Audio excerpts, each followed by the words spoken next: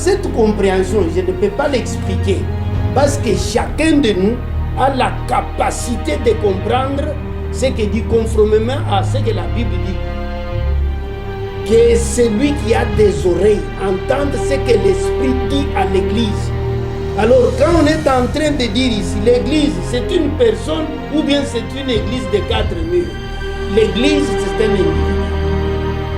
Alors l'Église c'est l'Esprit Christ qui parle à l'Église, qui parle à son épouse. Alors la Odyssée, je ne vais pas donner mon point de vue, je m'arrête, que chacun lise ça. Paragraphe 64 jusqu'à 78, on comprend. Ce qui est en âge à Odyssée, il y a la Odyssée. Et puis, moi je sais que nous sommes dans l'âge, c'est que s'il faut que je donne, ça je peux. Et moi je suis dans l'âge de l'épouse, pour respecter la serviteur de Dieu. Mais nous sommes réellement patriarchaux. Nous sommes alors, un vrai adorateur a une révélation ya oyo ye ayokaki. Soko kutani na Nzambe, Nzambe yebisi adorer ngai boye, ozo adorer eloko yo yebi. Et c'est pour cela Nzambe a okuta na yenga yebisi yo osala adoration na ndenge. Ngana lobaki liboso makambo oyo esengeli kozala motinda. Lelo tozana ba aventurier ebele. Yesu même ntango alobaki na bato alobaki keno oyo elobamaki na Moïse oyo Moïse abandaki koyebisa bino yango. Alors na Bible soki batindi yo te soki oza motindami ya solo te okoya po embrouiller. Et puis frère Branham mpe alobaki ke beaucoup de pasteurs sont des embrouilleurs baza po embrouiller bato. Continue place wana si wana tokomi na 6e mususu. Ok. Alors, ntango frère Branham aye abandi kote esango na ye baye kofungola oyo ezalaki ebombamaki na oyo ezaki oyo etekelaki nyonso etekelaki oyo balobaki wana nyonso te nde bamessage oyo tozomona. Alors Nzambe akonfirme yango na batemo mini wana eza manche mosusu lobaki Paul oyo abandaki oyo eza motindami ya liboso na biso bapagano lobiki nous devons arriver à l'unité de la foi parce que la foi vient de ce qu'on entend de la parole de Dieu. Mais l'unité de la foi c'est très difficile aujourd'hui, c'est pourquoi nous sommes dans cette confusion.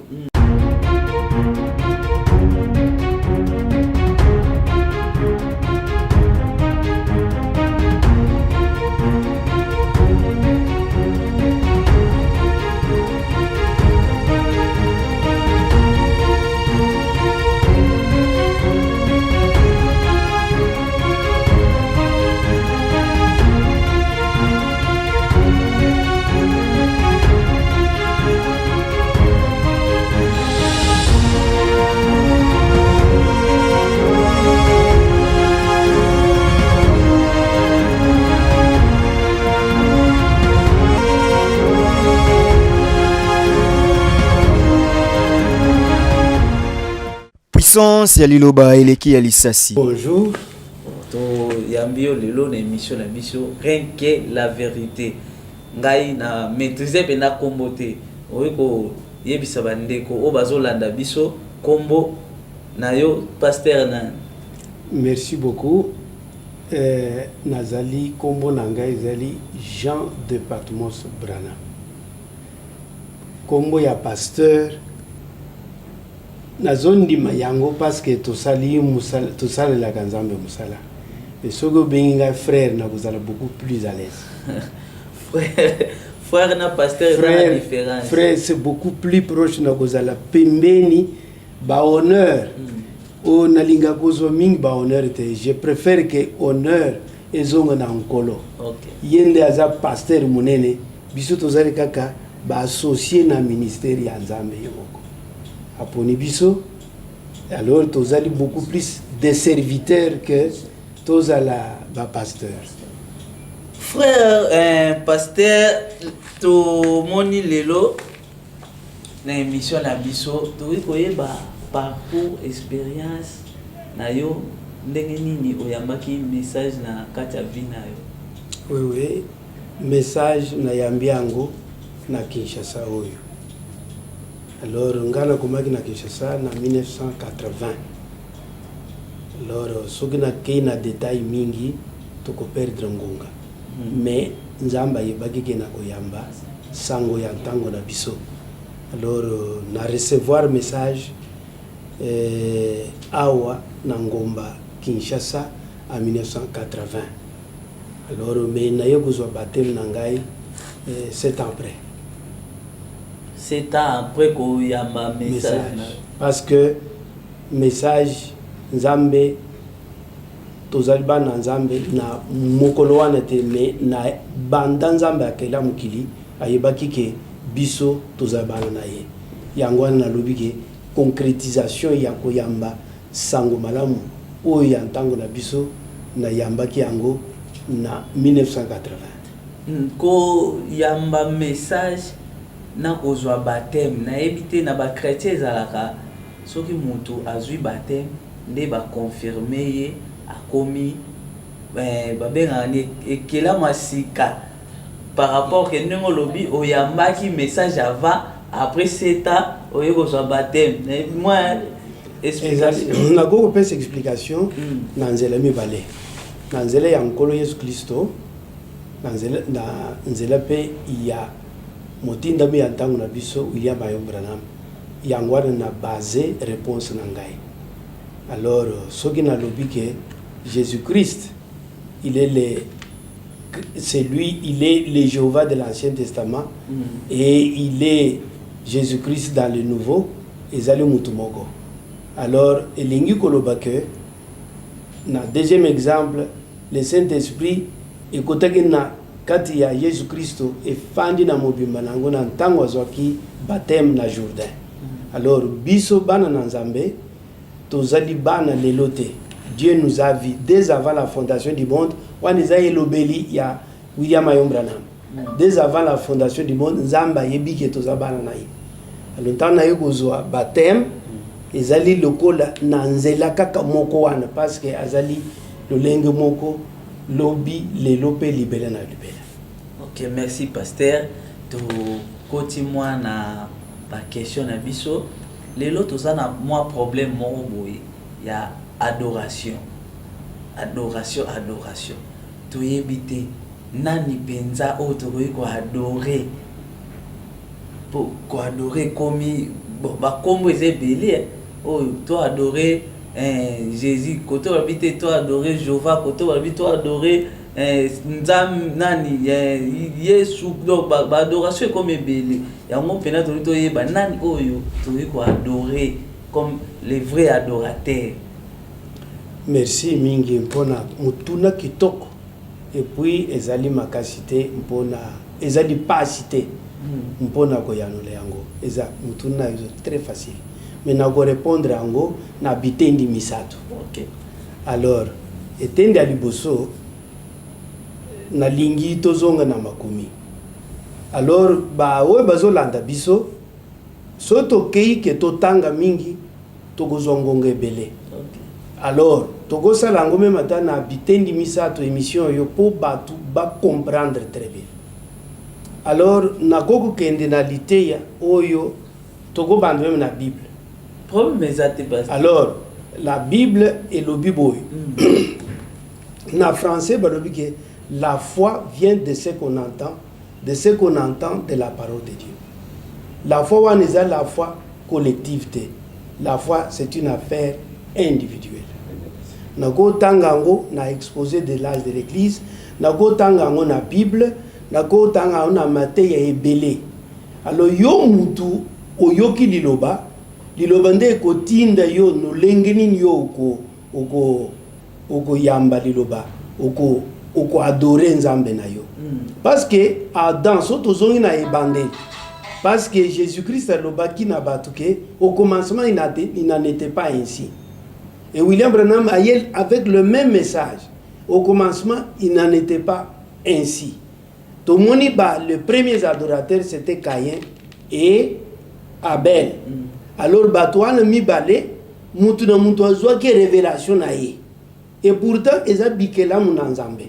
bango nyonso mibale. Moi je crois que c'est Dieu le créateur et puis bato babanda ko adorer na lolenge mibale ekeseni oyo ayambi révélation na lolenge na ye oyo ayambi révélation na lolenge na ye et depuis le commencement soki batu lelo toza na mwa kokoso parce que batu balingi bakomisa adoration une affaire collective.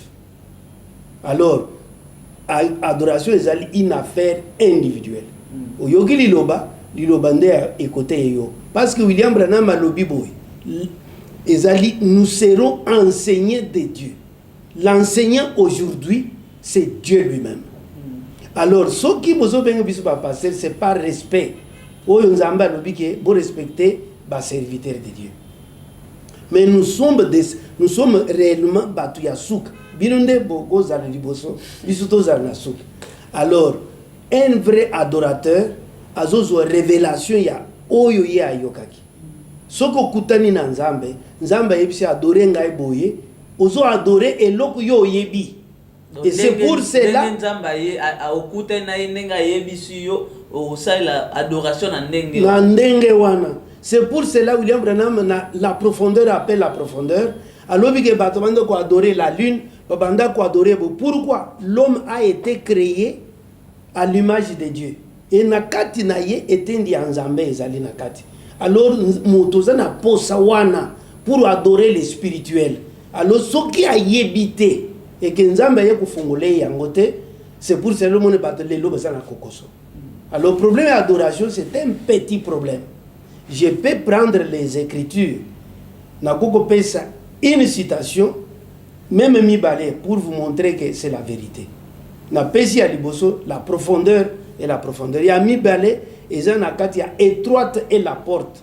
Eza la prédication à Frère Branham, traduction ya la voix de Dieu, paragraphe 59. Alors bao bazana biso batanga. Frère Branham azolo bana kati wana ye mutei munene ye prophète munene oyo oye azali. Balobi que na lité wana Frère Branham balobi que très souvent à la fin de cette citation étroite et la porte paragraphe 59 soko tangi yango ezali bitumba ozana kati ya paragraphe 1 soki batu bakomi na nini wana choix ya mutu. Frère Branham na français balobi que très souvent nous faisons de ces choix insensés. Alors le problème d'adoration aussi c'est un problème individuel. Et le gola batu bazana ba doctrine na bango balingi ba installer la yango le gola musakoli pe alobi que église za na doctrine. C'est le pasteur qui est responsable, il y a l'église, il y a la doctrine, il y a lingi. Alors moi, quand vous me voyez, je n'ai pas adoré avec tout le monde sans exception. Mais moi, je connais, quand je vais à l'église, je connais qui j'adore parce que je l'ai rencontré 3 fois. Merci Mingi, pasteur. Tomoni, au quotidien na mozindo. Mais question que je vais poser, au PC biso bon na habité sous bobenga ngo nini prédication ya William mais est-ce que au PC biso verset moté na kata Bible au PC biso kaka na nini ya prédication na bino pour na Bible za ebelé na ko pesa ngo tozwa quand même mukolo na nkita ya Elimo Santo les jours de Pentecôte. Parce que mukolo wana mbongo na isalamaki parce que bato bandaki ko adorer nzambe tant banda ko adorer mukolo wana nzembo échange qui adoration échange maki même quand Jésus-Christ était là bato banda ko adorer Jésus zokenda temple mais mukolo yankita ya Saint-Esprit ntango kitaki makambo échange ki bitumba pe e bandi. Alors tant que makambo adoration très souvent il y a kana bitumba individuel il y a groupe na ya ba famille ya je n'appelle ça na Pentecôte bato bandul bato balangwe bato basalibo bato salbo mais tango Pierre yoki wana par l'inspiration du Saint-Esprit le balangwete alors bato yo oye salama apesi verset biblique oyo la kamaki na livre ya na prophète Joël yangonde zo mona ezalelo alors oyo Seigneur Jésus oyo bobakaki na kulusu nzambe oyo boza ko adorer tangu Jean-Baptiste azalaki na Jésus l'a fait Seigneur et Christ le salut makamyo wana baptême kobondele nyonso na kombo ya mutu wana lelo ezaki na c'était les jours là ozomona lelo bada kobondele na lolenge mosusu soto ke na bible tokotanga ngo pe polele alors mukolo wana balobi te oyo Moïse même quand j'étais Jésus azalaki wana bayibisaki no Moïse alobaki ke non oyo eza yango te yango nde babakaki Yesu na kulusu tango bakanisi esili Saint-Esprit aye kobeta sous sete alobi ke makambo wana ya kala esili lelo échanger alors c'est la même chose na ntango na biso wana ezaki epai ya bayuda parce que Jésus ayaki na mission mibale kosikola mabele lingi yo na ngai banzete banyama na bitu nyonso kosomba yango kolongolango afuta prix pona kosikola biso na masumu et puis deuxième mission Jésus ayaki na brebis perdue d'Israël alors ntango Matthieu wana ye ba juif bandimite Nzamba lobi na programme po Nzamba azaki na programme na ba Juda azaki na ba biso ba pagano azaki na biso na programme te Jésus a sukisi a telemi Jésus tango ba bwaki libanda a baluki akei na biso batu ya ba nation yango wana ozomona ntango sikoyo Nzamba tiki programme ya ba Yuda ezaki na katikati wana ezaki Matthieu mususu alors abaluki pa na biso esengeli asala lolenge moko ndenge asalaki na ba juif sinon alinga azala Dieu injuste abandi kotambola na biso yango wana omoni ke lokola Pierre azaki mutu ya liboso ya kwende kote epa ya bapagano biso ba nation ategaki epa ya Corneille alors mutindami ya liboso azaki Paul Nzamba tindi 7 suka na biso na suka na yango esengelaki to yamba nani Masia Yesu Kristo me na nzoto oyo ya batu na biso ya batu oyo bazali babengaki biso za bapagano.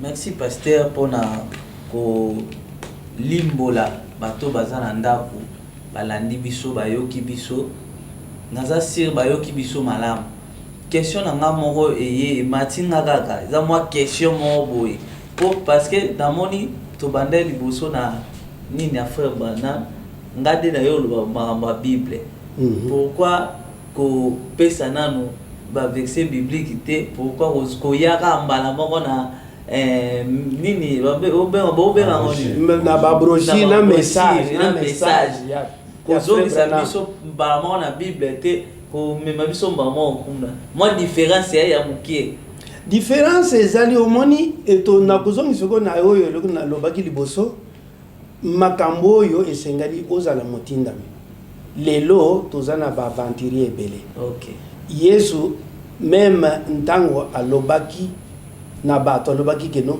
oyo lobamaki na Moïse oyo Moïse banda ko yebisa bino yango alors na Bible soki batindi yote soki oza motindami ya sorte oboya po embrouiller et puis frère Branham pe alobaki ke beaucoup de pasteurs sont des embrouilleurs baza ko embrouiller bato alors sikoyo mutei ya solo akobanda na Bible aye kusuka na message alakisa bango Bible na message eza biloko mibale ke semite eza eloko moko Bible na message oyo eza eloko moko po Bible eza incomplète Bible ezali penza na nyonso te yango wana siko na provoquer na kati ya message baye ko conclure nyonso o ezali nyonso ezanga makiwana eyawo alors Bible eza incomplète na ko peso ba exemple misato ya liboso toloba na ba prophète ba yebani makasi Daniel ntango Nzamba yebisaki ye il voulait akoma lobi kokomate bombango ezali pona ntango ya suka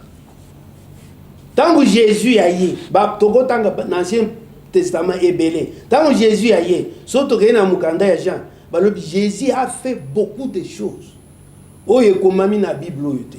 Deuxième exemple c'est que la Bible est incomplète. Troisième exemple Jésus aye koya siko tango ateye sili ayebi na kopesa 4 ateye sili alebino ayebi so apose bokende koteya bo guérir bato bo sala makambo ba poste ba kei ba sali makambo na nyonso tu alors ba longi bazongi ba sepeli bali bakendo le Jésus a le bozela nazana makambo ebele ya kwebisa bino mais boko mema yango sikoyo te bozela kaka bozala na botondi sami ya molimo mosanto makambo Jésus alobaki bayebisi biso yonso na Bible te alors sikoyo tango ba apôtre bazwe elimo santo batei ti apôtre moko atikalaki tango ba moyeso batikela za Jean de Patmos oyo ngana latikombo alors Jean de Patmos c'est le grand révélateur. Il faut claircir tout bien. Voyons quand ça porte un mot à Tikalaki. Zangaïté. Ngaina zaka au monde ngana zui kombo. Il faut claircir tout bien. Na zui kombo na sala te. Ah tête au monde qui apporte Tikalaki na tama ya Yesu ye déjà. Te ngaïté. Wana za juif. C'est le petit frère propre. Soki to lingto considérer Jésus que tata na eza Joseph, maman na eza Marie. Na bano oyo babotamaki na Joseph na Marie le oyo akomi évangile Saint Jean ye wana nde atikalaki akomeli biso livre ya Apocalypse ou bien Révélation. Alors nantango sikoyo atikalaki na île de Patmos nde sika batindaki ye po batiaki na mafuta azwiki te batiaki balimba boma ye basali akufi te balobi kaza sorcier to tie na île de Patmos. C'est pourquoi bazobenge Jean de Patmos, mais c'est lui le petit frère propre oyo azalaki na croix batelemaki azoyebisa Marie, regarde ton fils. On parlait des gens et c'est les gens là que oyo ngana zwaki comme Jean de Patmos et puis ntango ekomaki ke batie nani wana Nzambe akiteli ye wana Jésus asamataki atikalaki na Pentecôte pe salamaki mais na mukolo wana balobi ke Nzamba kiti alobi mata likolo ba matisi ye na mokolo ya nkolo sikoyo abandi kolakisa ye révélation mobimba ya Jésus Christ poto zolo ba ke Bible za incomplète na bosanité les questions nazo répondre quatrième réponse nazo pesa pona koloba ke Bible za incomplète alors sikoyo tango Jean-Baptiste tango ba memi Jean-Baptiste na les jours du Seigneur nde Bible lobi bongo ba memi Jean de Ozak na île ya Patmos au jour du Seigneur ba lobi oyo ezali kofongwama oyo makambo oyo vraiment on peut lire ça dans le premier chapitre ya Apocalypse verset 1er jusqu'à 2 so batangi yango okoyoke ke oyo ezali révélation ya Seigneur Jésus-Christ. Oito yebi. Mais si vous besoin, c'est que Seigneur Jésus a mis bombaki. Si vous besoin révéler ye nanani na Seigneur Jésus-Christ yemoko. Makamna yezo lobela nani yezo lobela Jean de Patmos. Tango abandi kokoma akomi azo nyonso yo ba fongoli yango nyonso mobimba. Toko tangango so bolingi, toko tangango po yoka keza solo. Totangi moi c'est l'essentiel pour alors sikoyo yango yo bazolo bako révélation de Jésus-Christ que Dieu a donné pour montrer à ses serviteurs au pluriel les choses qui doivent arriver bientôt et qu'il a fait connaître par l'envoi de son ange à son serviteur Jean.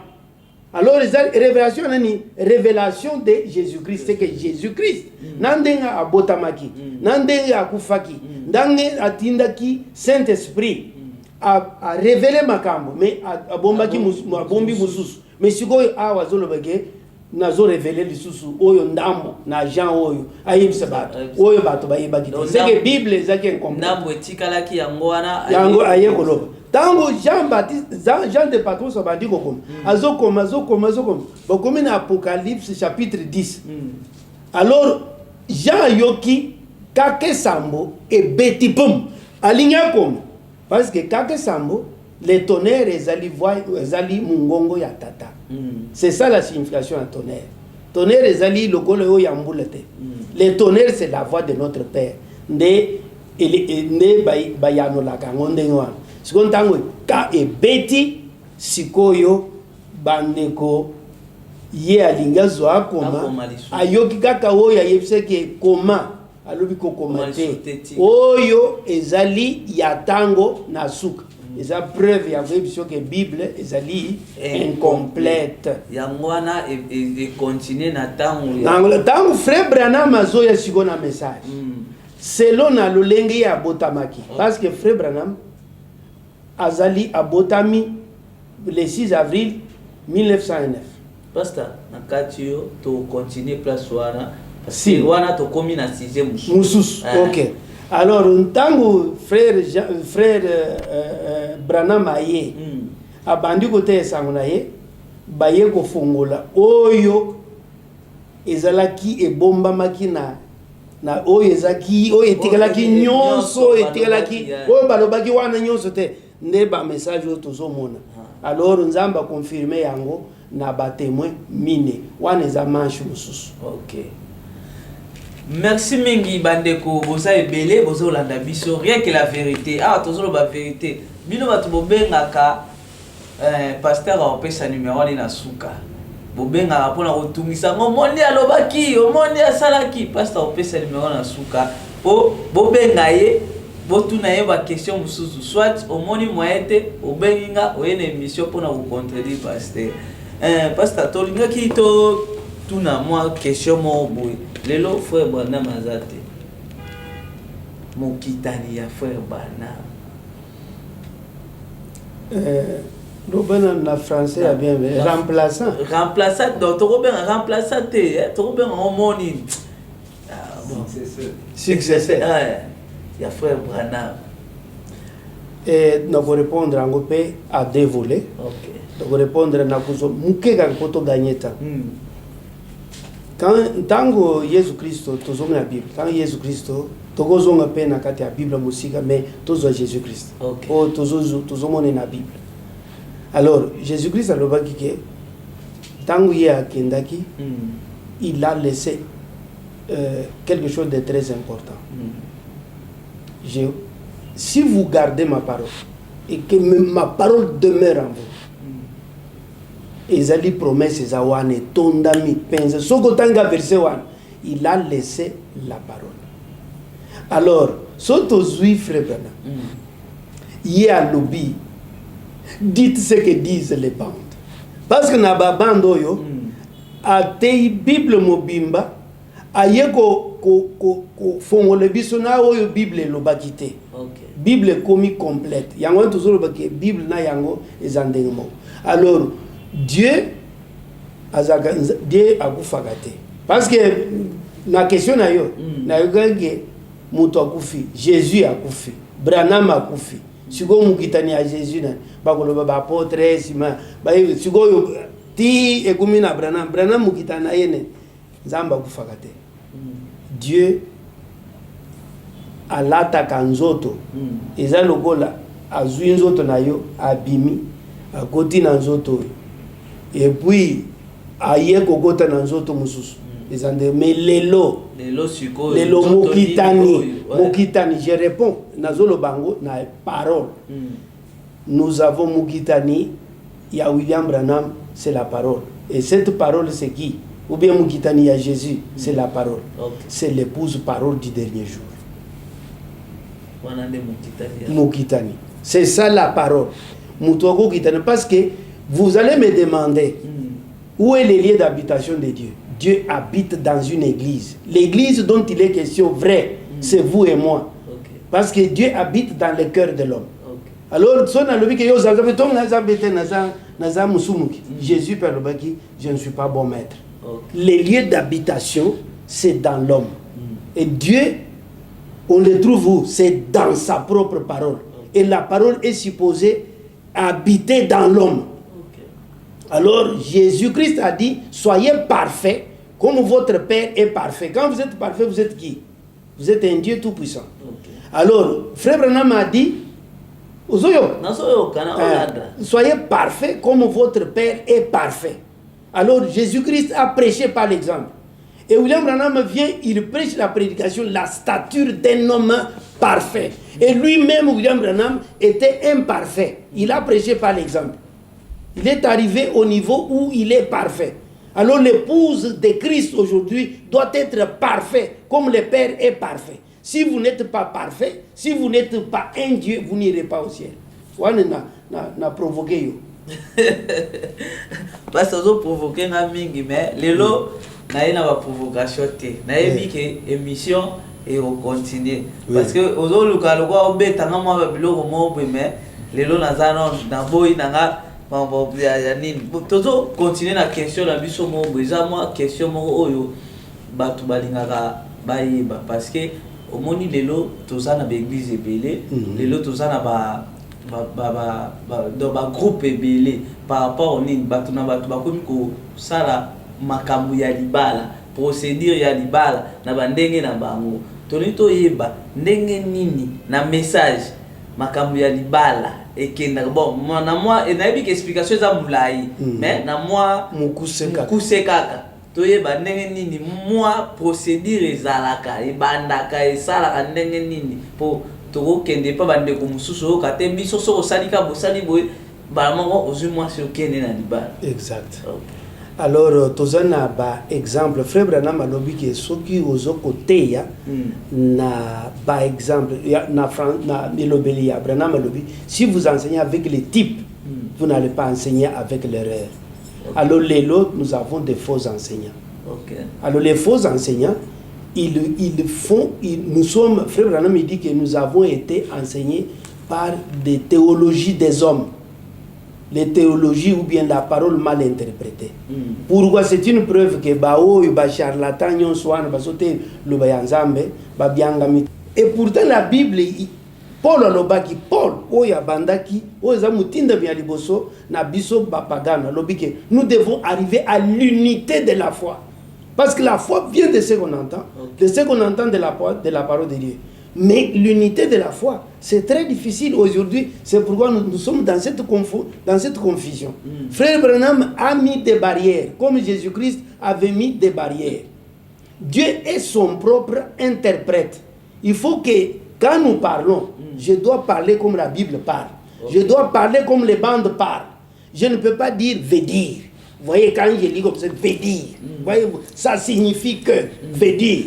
C'est ça le nœud du problème. Le problème de mariage, très simple. Bonjour, comme facile. Mais vous devez être enseigné de Dieu. Parce que quand vous êtes enseigné de Dieu, William Branham dit, Dieu est notre absolu. Dieu est notre tout. Quand vous avez Dieu, vous parlez le même langage. Parce qu'aucun prophète dans la Bible, même dans les messages, aucun message ne contredit. Les messages viennent autant marqués pour les peuples bien prédestinés. Ezoya nangonga nango nantango nango ezoya. Problème tout ça nango lelo, c'est le problème il y a désordre oyo batu bazolinga mbongo. C'est que bazoteya po mbongo na bango, mbongo na yo elongo na poche na yo. Ekende na kati ya alibenga na poche ya pasteur. Na moni to lobela pese offrande. To lobela offrande na di to lobela. Ngana za na banga te. Parce que quand je parle, je ne veux pas dire les choses que la Bible n'a pas dites. Je ne veux pas dire les choses que Frère Branham n'a pas dites. Je contrôle même au Gogozong de la Naï. Nakoko démontrer par la Bible, par les messages, que c'est la même parole, pas de contradiction. Problème est abattu. Alors, ceux qui battent baling na te abango, ba mon ndengni na côté. Na goyena makanisi na ngaite.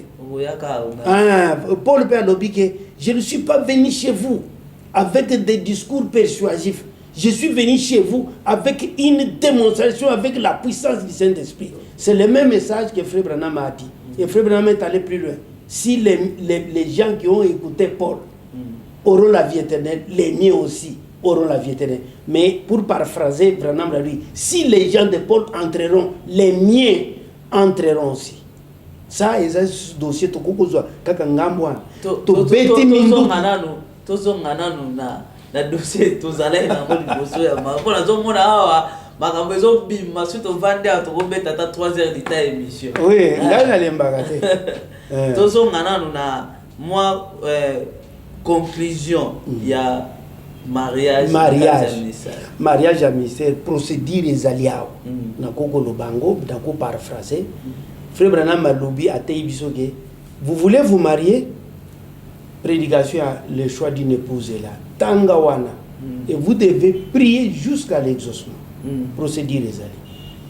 Et puis, so tangi procédure wana, tout est clair, c'est aligné. Parce que ce qui est aligné, sous l'inspiration du Saint-Esprit, vous serez éclairé. Parce qu'il y a une promesse qui est liée à ce message.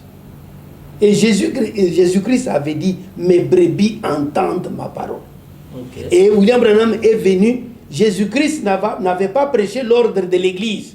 Mais William Branham, il vient, il prêche l'ordre de l'église. L'église, c'est toi et moi. Ce n'est pas l'église des 4 murs. Mais dans les 4 murs, c'est un type parfait qui montre que les choses doivent être ordonnées. Alors, quand vous faites les choses, vous commencez le mariage. Il y a une fréquentation, ok, kuna, au bandi ko bête. Une fréquentation au bandi ko embrasser. Oh non, papa, il y a moi, ça et ça procédure, William Branham a dit. Ce qu'on n'a pas, Jean de Patmos, na Facebook, Lelo, n'a publié citation moko. Pour na yoga, tunagi makambu ya la Odyssée Zawan. Le makambu na publication na sali Lelo. Et ça, les citations, et tu ne le sais pas. Vous voyez, bah, titre Branham à Teitei, l'Ilobaya Seigneur Jésus-Christ, ils sont pauvres. La Bible, Azukaka, et tu ne le sais pas. Et c'est dans l'Apocalypse. Abandi Kobimisa Makamboa, l'Olengo Talib Kakaboye, Nali Loboy Jésus-Christ a l'obligé, so Otali Kaka, moi si, n'a posé à Obimana Yeso Bimina Yosari adultère. Et c'est ce que j'ai publié aujourd'hui. Et ça n'a pas procédure. Et ce procédure wana et signé Teyama le golo na batu oyo peut-être ngai na kokité pour ceux qui ont rencontré Dieu face à face. Ndenge Moïse akutanaki na colonne de feu. Tant bazol boana batu ba farcero bazala bazol lukape bango bakutana na colonne de feu ngana lali na moni colonne de feu ce n'est pas ça. Colonne de feu, c'est une personne. One is a provoqué. On va provoquer les sous les provocation c'est provocation. Bon, na moni toza na kati ya mbia c'est mission. Na moni frère na biso mo pesa moi quelques questions na lingi ye mongo aloba question. Tozali awa, tozali benga ye to côté na cadre mission a poser ka question asili mais bien aimé, na kopesa ba idée na ngaite, na kopesa ba raisonnement na ngaite. Je dirais ce que dit la Bible, je dirais ce que William Branham a dit, parce que la Bible et ce message c'est une seule chose. Frère, ce que yo ya, to pêche moi quitte, au fan niveau, au poser moi question dans mon besoin malgré aux autres qui n'ont qu'à la minute, au benga no qu'à la minute, au pêche la biso pasteur question dans mon besoin. Shalom pasteur. Shalom bien aimé. Zamba Pambulayo, comme l'émission est en lingala, donc toko luka koloba na lingala na français pour ba téléspectateurs ba olanda biso bande na biso ba yoka biso bien. Alors pasteur tozaka na mutu na biso yo toko tuna na pourquoi lelo ezali que mingi bazali koloba ete tosi tokomi na suka. Et puis selon message balobi tozaki na âge la Odyssée. L'âge à Odyssée, il faut que l'âge moi me pousser ndenge mokuna âge oyo ya Éphèse. Alors par rapport à ma calcul, ce qui totalement bien, tu commis na âge, tu commis déjà na 117 ans presque âge mo égal na âge à la Odyssée. Selon yo pasteur Nabuso, pasteur Jean, quelle lecture faites-vous par rapport à ce qui disent les gens et situez-nous réellement si nous sommes dans quel âge? Nous sommes toujours dans l'âge de la Odyssée ou bien nous sommes dans l'âge de l'épouse? Est-ce que nakoko tanga muke? Oui, vous êtes libre, pasteur. Kaka téléphone na ngai wana nakotanga William Branham. OK. Na lingité na luka polémique. Alors pour paraphraser parce que le selon moi. Mais moi j'ai juré si je parlerai tout simplement, je dirai ce que disent les bandes, je dirai ce que disent la Bible ou bien les messages. Alors tozali awa na prédication oyo tobengi et tu ne le sais pas. Cette prédication est prêchée le 15 août 1965 par le révérend William Marion Branham. C'est comme ça que la voix de Dieu a intitulé le titre. Alors nazo tangla bino tokei na prédication tu ne le sais pas pour vous montrer. Moi je vous dis déjà pour vous provoquer davantage, je ne suis pas de la Odyssée. nakoloba oyo William Branham alobi. Okay. Et je vais vous lire une citation beaucoup kozwa. Je dis si prenez pour comprendre ce que na Jean de Patmos okomona colombe na Facebook et apparaître na page na ngai okomona publication ya citation oyo na bandaki na paragraphe 64 na tozokende ti na paragraphe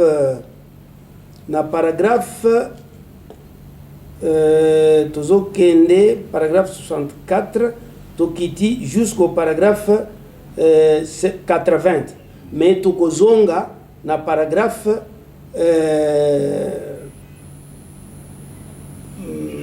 c'est là, je suis allé ailleurs. Oui, je suis allé ailleurs, excusez-moi. Je dois prendre une citation claire pour que Batu Bazwa, Oye Sengeli qui Bazwa. Alors voilà la citation. Nous sommes dans Et tu ne le sais pas. Natchakango, ça fait 9 heures aujourd'hui. Voilà, j'ai voulu cette citation pour répondre dans ma campagne, tout situé Batu. Bazala, attention, message Zawana Pona Batu Nyons. Paragraphe 78. Je vais lire doucement pour répondre à la question à frère. Maintenant, est-ce que c'est une prostituée? Sobana 64, beaucoup comprendre. Est-ce que c'est une prostituée, pas vis-à-vis de son mari, du vœu qu'elle a fait pour son corps, mais devant Dieu? Elle a un mauvais esprit sur elle, un esprit de prostitution, qui la pousse à s'habiller comme ça. Elle est dans l'âge de l'église de la Odyssée et elle ne sait pas ce qu'elle fait ça. C'est une femme innocente, ne sait pas que Dieu va la juger comme une prostituée. Voilà. Alors vous voyez la Odyssée ici, selon William Branham, il explique la prostitution d'une femme selon l'enseignement du jour, que ça c'est l'âge de la Odyssée. Alors cette compréhension, je ne peux pas l'expliquer parce que chacun de nous a la capacité de comprendre ce que dit conformément à ce que la Bible dit. Que celui qui a des oreilles entende ce que l'Esprit dit à l'Église. Alors quand on est en train de dire ici, l'Église c'est une personne ou bien c'est une église de 4 murs. L'Église c'est un individu. Alors l'Église c'est l'Esprit Christ qui parle à l'Église, qui parle à son épouse. Alors la Odyssée, je ne vais pas donner mon point de vue, je m'arrête, que chacun lise ça. Paragraphe 64 jusqu'à 78, à comprendre. Ce qui est âge à Odyssée, à la Odyssée. Et puis, moi je sais que nous sommes dans l'âge, c'est que s'il faut que je donne, ça je peux. Mais moi je suis dans l'âge de l'épouse parole. Okay. Parce que l'épouse s'unit à la parole et devient une seule chair avec son mari. Je me suis uni à la parole qui est mon mari. Et je suis épouse parole. C'est vérifiable. En tout cas, merci beaucoup, pasteur. Je dois remettre le micro à notre cher journaliste. Merci. Okay. Merci mingi na bande ko la biso ya Moba Vision TV. Lelo ezalaki awa opesi mbwa boire que la vérité. Boluka ba vérité, bomoni ba vérité. Ngalobi bo benga pasteur. Naza posa pena ba appel mingi te obenga pasteur. Pasteur to komi na suka émission na biso. Mais question moko ka ya moi mukie etikali moi question mukie parce que t'as déjà baromo signalé biso déjà t'as komi na suka. Par rapport à polygamie na kata message. Est-ce que bo gérera mon nito bien bino ezali nango passable que mobali mo robala basi 3 4 5 ndenge ba église mususu et pesa nango ba nini ba accord au sala mangambwa ozomona na mutudo wana na kozala précis et clair pe na koloba mingi te. William Branham azo lobana citation ngana lobiawa ezai mutu na mwasi na ye azolanda basi mususu libanda. Mutu na mwasi na ye nanda azolanda basi mususu libanda. Et puis Jésus-Christ est venu dans la Bible à l'obique. Au commencement, il n'en était pas ainsi. Quand on parle du commencement, on parle d'un seul homme et d'une femme. Alors moi je vais soutirer que na kati ya ye moko kaka. Alors lelo parce que ce qui nzamba soutirer des côtes, ça pouvait justifier la polygamie. À soutirer côte moko et à salimwasi moko. Alors nous avons nous hommes par rapport aux femmes qui marchent sur la route ici, bango bazana ba côte nyos au grand complet. Mais biso tozana incomplet. Photo luka parmi basiwana ozo wana. So eza lokona puzzle. So que ozui loko moko ba dessiner éléphant. Panzi libaya ba dessiner éléphant. Po e côte wana il faut ka gozo éléphant acha. Alors eza lokona côte. Ce que William Jésus-Christ n'est pas venu avec la polygamie, lui-même ne s'est pas marié. Mais nous sommes dans l'âge du mariage.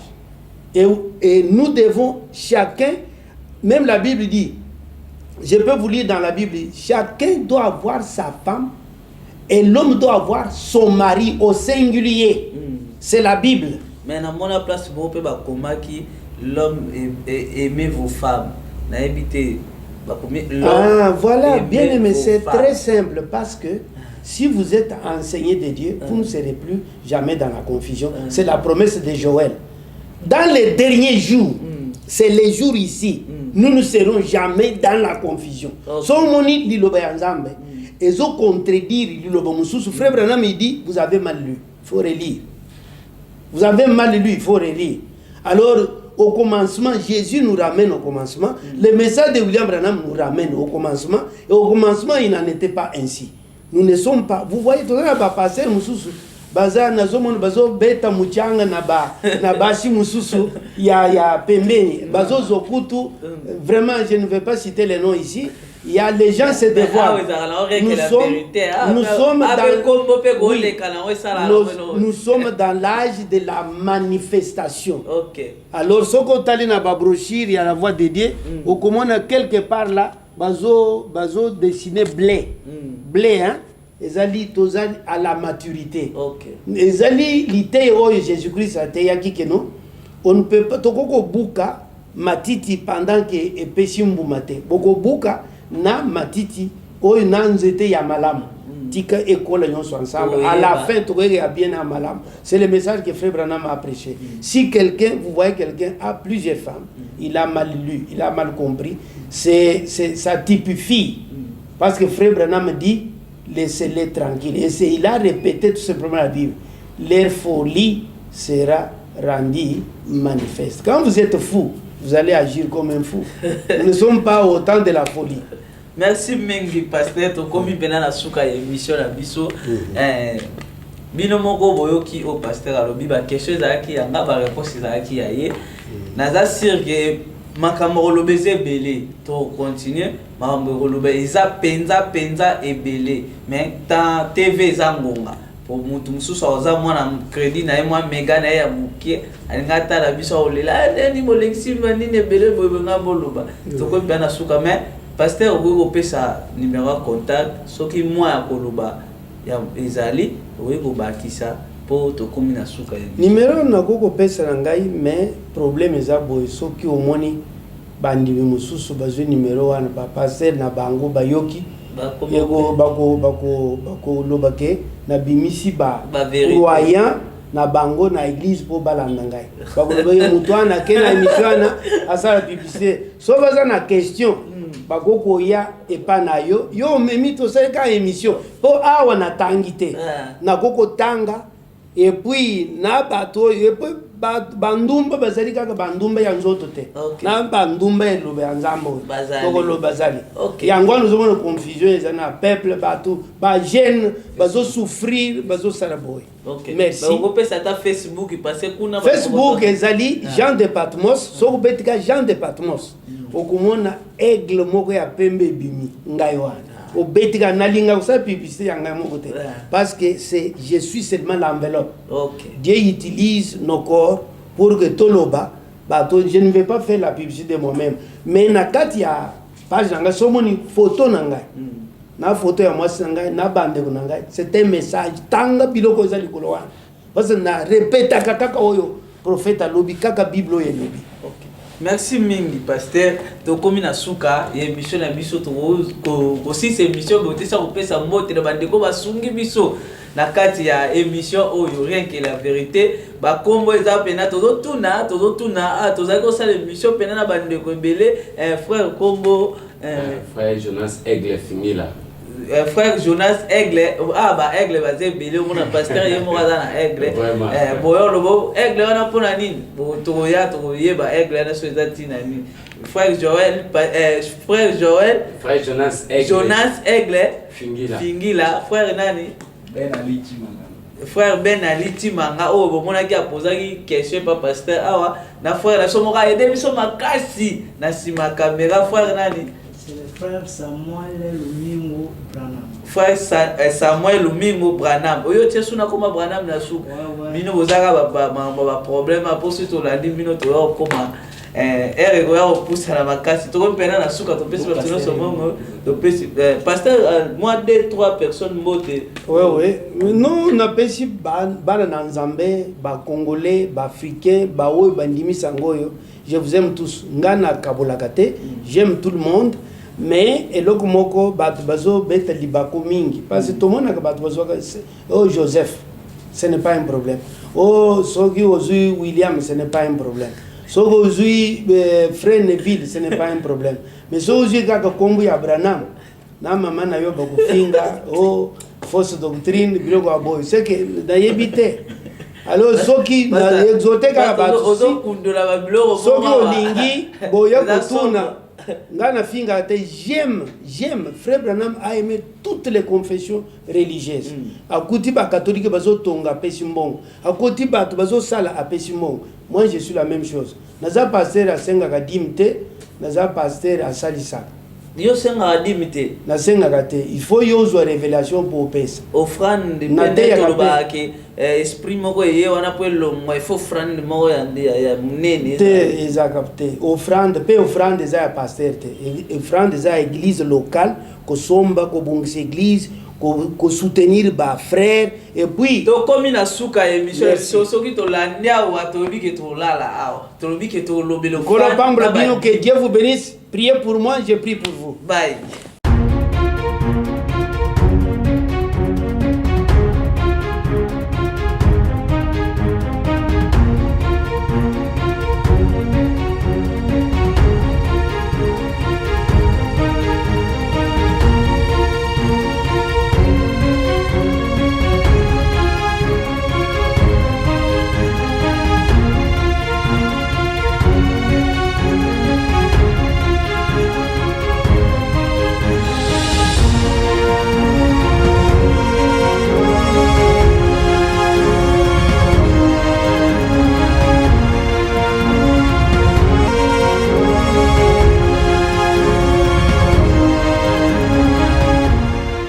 Puissance ya liloba eleki ya lisasi.